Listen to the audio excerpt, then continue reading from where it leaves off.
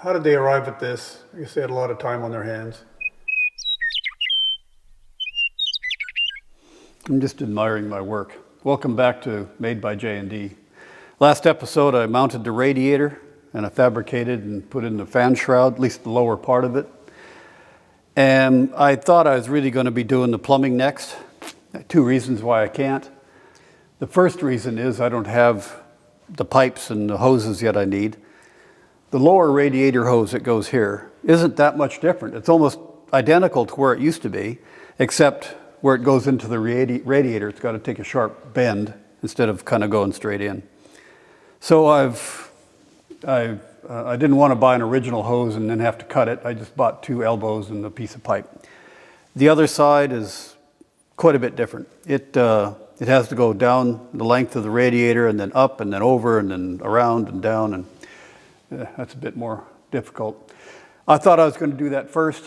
I don't have the parts, and as it turns out, I really need to get the floor structure in here first, because it's probably just easier to make the hose go around the floor than make the floor go around the hose. I don't know if there's going to be any conflict there at all, but it seems to be the proper sequence. So we'll get the little structure in here, and I will start laying in bits of flooring. The part around here is going to be removable. There's going to be parts in the front that are removable.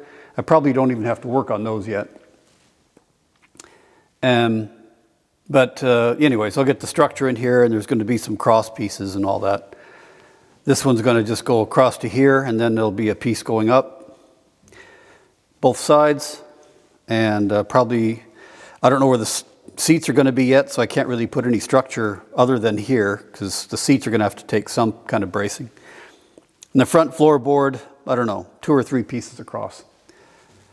Yeah, let's get started. I wanted this to be a straight line across, but I was off. Anyways, I'm putting this here to leave a bit of a gap. And here it's going to make this match from the front beam here to this, 11 3/8 inches. Yeah, we're good. So we'll tack that in place, get rid of these little clamps, and I'll start working out what else to do. I still have to plug these holes in the radiator.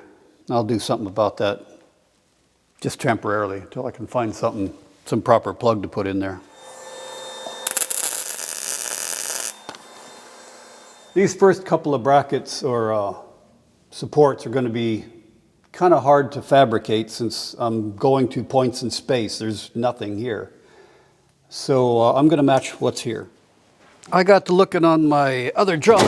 I remembered this thing, which is the original. This was laid down like this. And this was the driver's seat. That's the passenger area. That's the right angle. All the angles I need are right here. And I've got this tool. So I can find this angle, and I can find that angle. And then half of that to make the compound angle. These are what the angles worked out to be. How did they arrive at this? I guess they had a lot of time on their hands. Anyways, that's what they are. We'll tack these together, and then I'll start trimming all these other bits.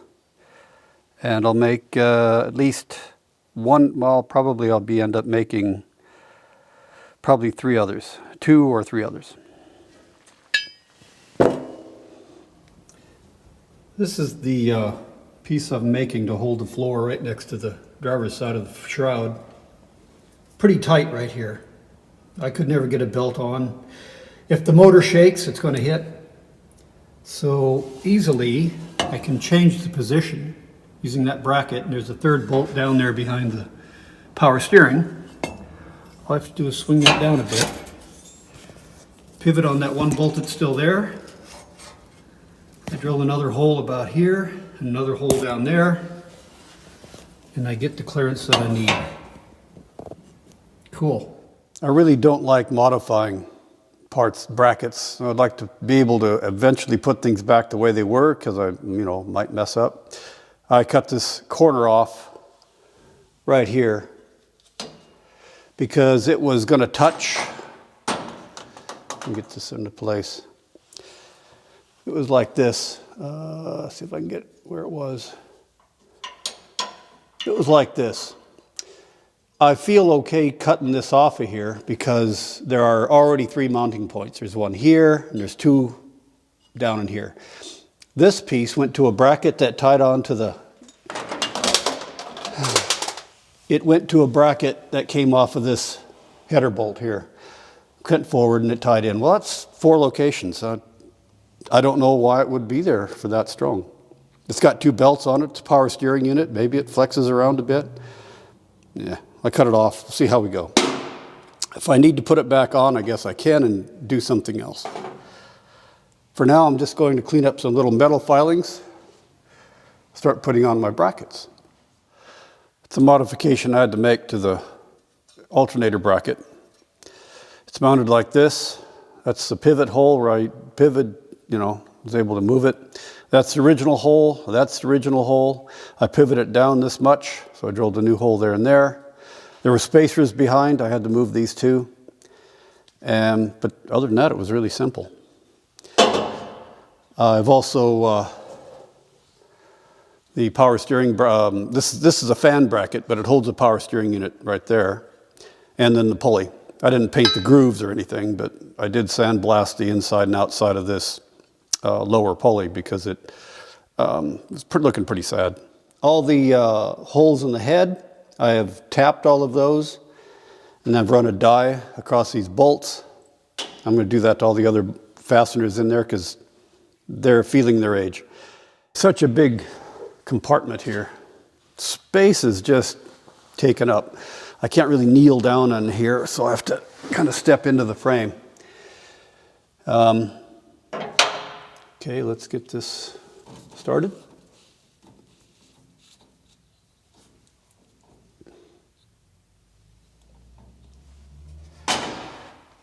Now the fan pulley. The power steering pump has got some adjustment back here, but it's pretty hard to get to. I didn't touch it. I didn't loosen it at all. And let's see, the long belt goes on first. The way I got the belts off is I took the fan pulley off.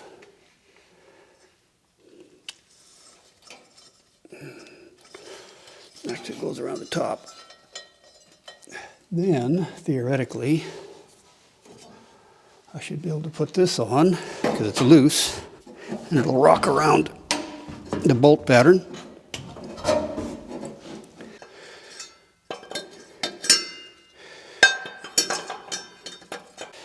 On the plus side, I think, no, so I'm going to need a shorter fan belt. That's the limit of the adjustment, and that's on everywhere else. Okay, shorter fan belt. I was able to find the alternator belt. And the thing is, I had one all along. When I was stripping out the motorhome, it had some belts in it. And this is the one that was up there. This is actually 1 inch shorter. I think it's the 2 middle numbers are the critical ones.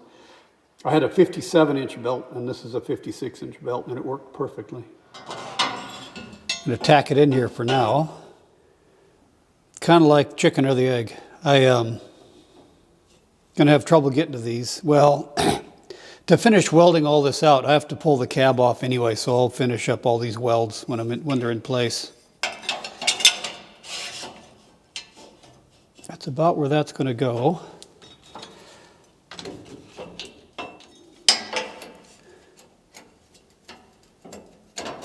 That's square. That's flush. Okay, we're good. I am going to tack these in place.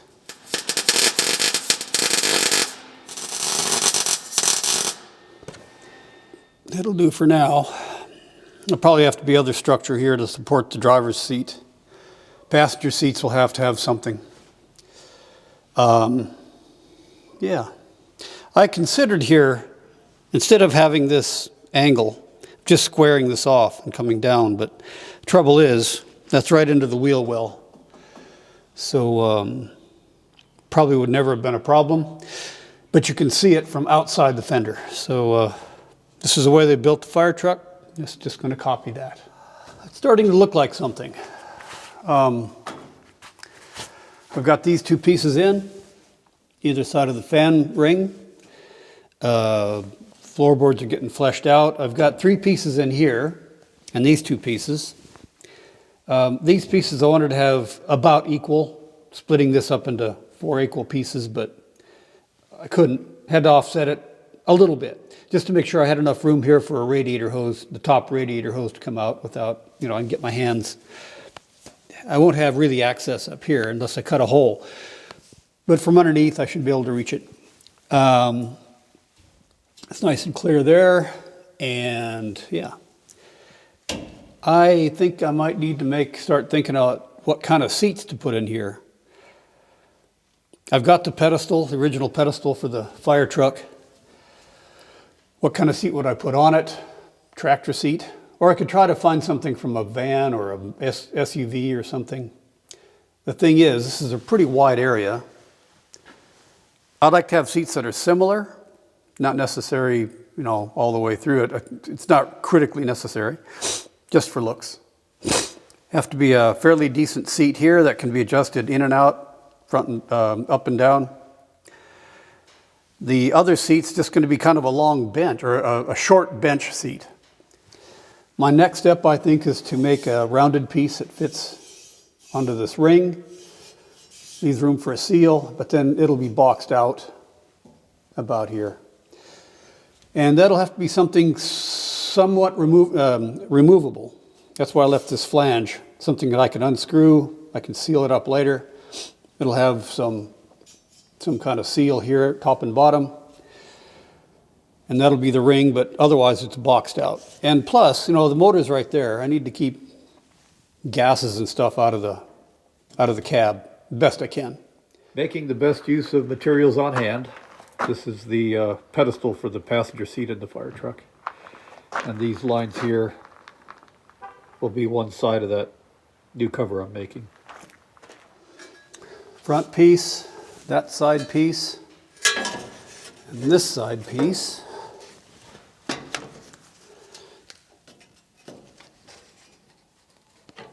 It's overlapped onto this about 1 inch, which is halfway.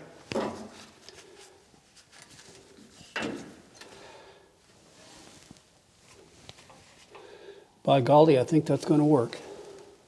That needs to come out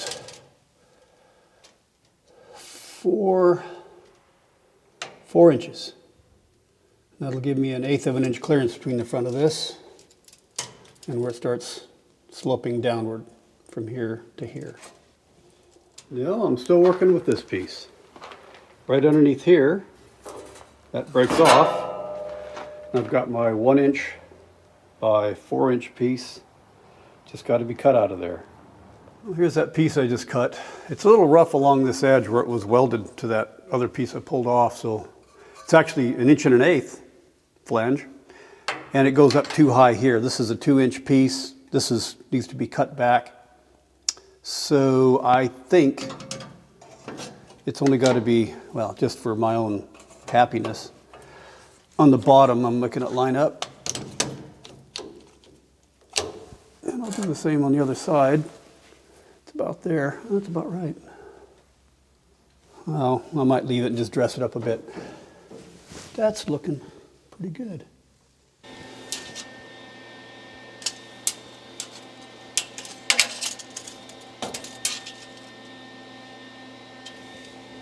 So I will have to make a piece here, fill in the sides, but then still I got to fill in this gap right here. And that'll be complicated.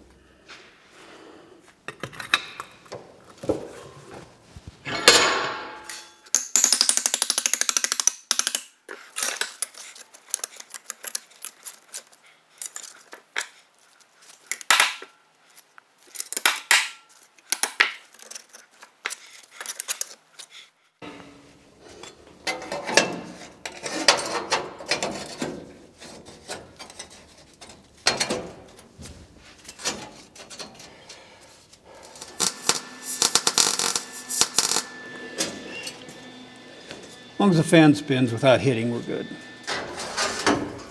So let's go ahead and weld all this up.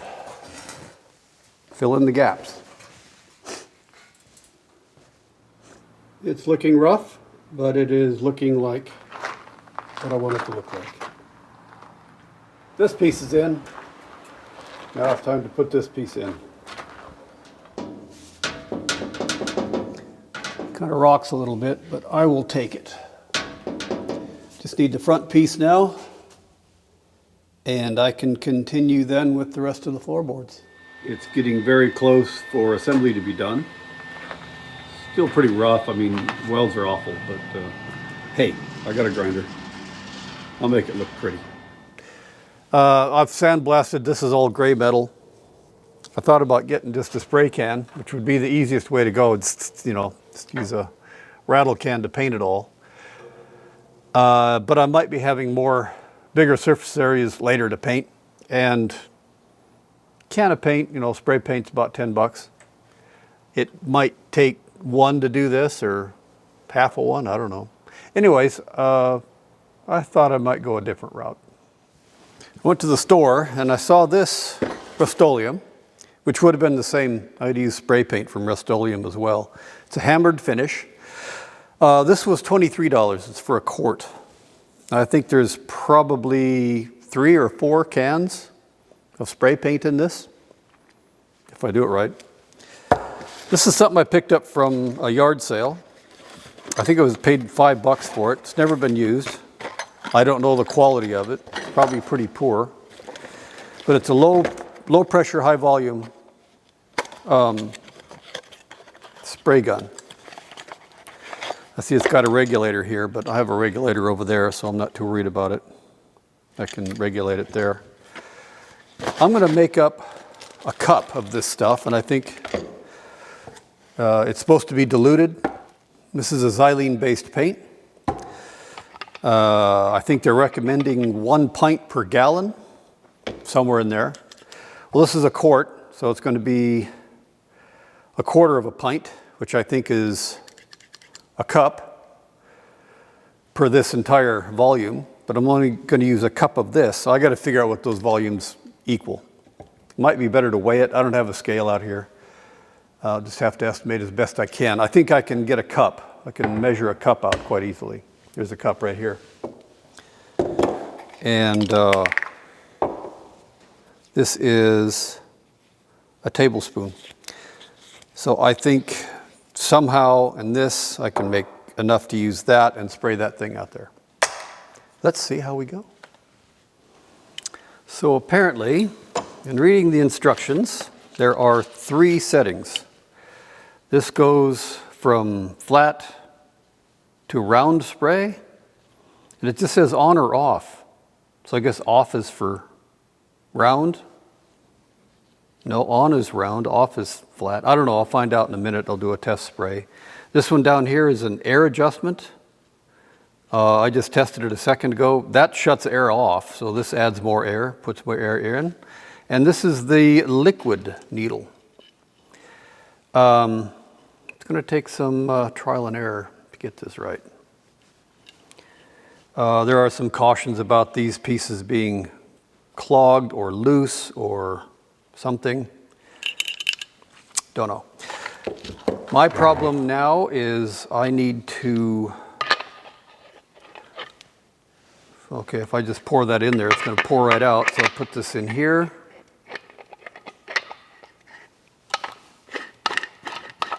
There's no real seal there. It's like it's a metal-to-metal seal right there. I'll just clamp it in this thing for now.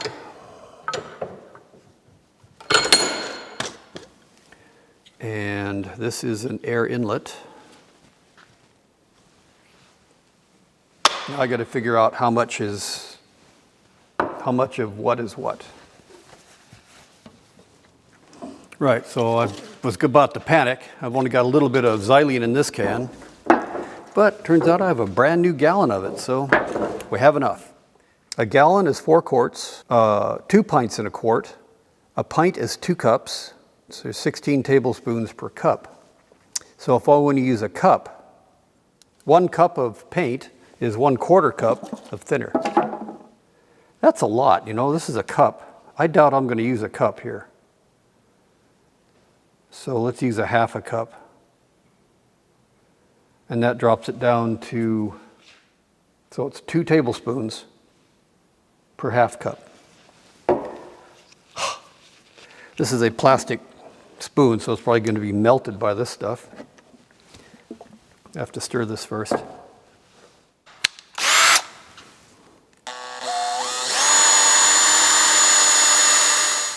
I've seen this trick used on some YouTube channels. Let's see how well it works for me.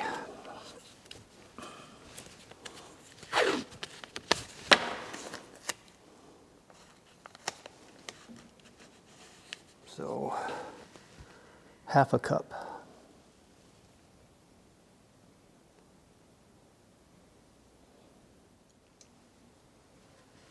It's 1. Okay.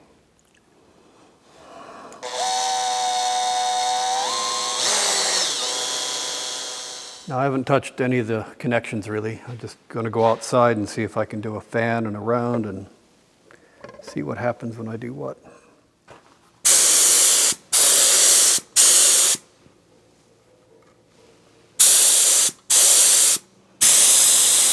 Well, it's definitely flat. That's round. So it's instantly adjustable, I guess. And liquid, I'm guessing you'll go this way for more. It's kind of hard to see since it started gray and it's still gray. But I think I'm getting the right thing. A little bit more, I think.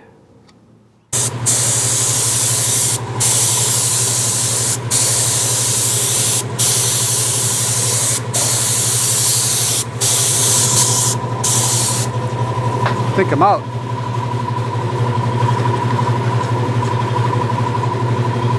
Cool, just right.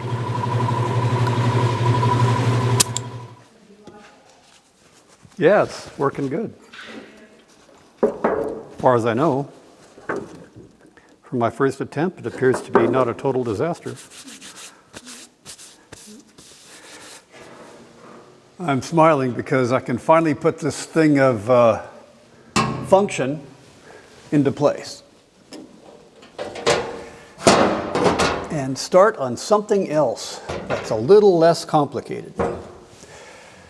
Obviously, I still need to work out some way to, you know what I should have done is weld all these holes shut. Dadgummit.